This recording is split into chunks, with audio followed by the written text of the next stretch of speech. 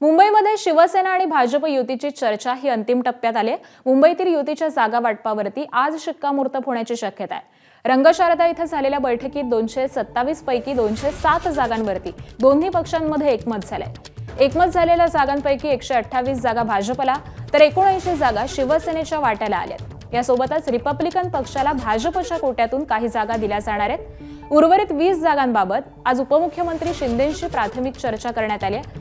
मंत्री आशिष शेलार, उदय सामंत आणि राहुल शेवाळ यांनी शिंदेंशी चर्चा केली आहे। तर आज फडणवीसांसोबत अंतिम चर्चा होणार आहे आणि त्यानंतर महायुतीतील जागा वाटपावरती अंतिम शिक्कामोर्तब होईल।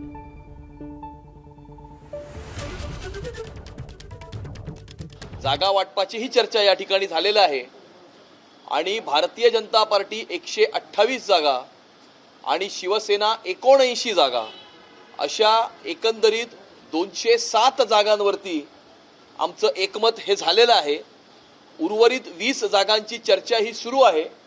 वरिष्ठ पातळीवरती चर्चा होऊन लवकरच त्या उरलेल्या 20 जागांचा तोडगा ही काढण्यात येईल। समोर उमेदवार कोण आहे याचा विचार करून त्या उर्वरित 20 जागांवरती आम्ही त्या ठिकाणी भारतीय जनता पार्टी लढणार की शिवसेना लढणार या संदर्भातला निर्णय घेऊन एबीपी माझा, उघडा डोळे बघा नीट।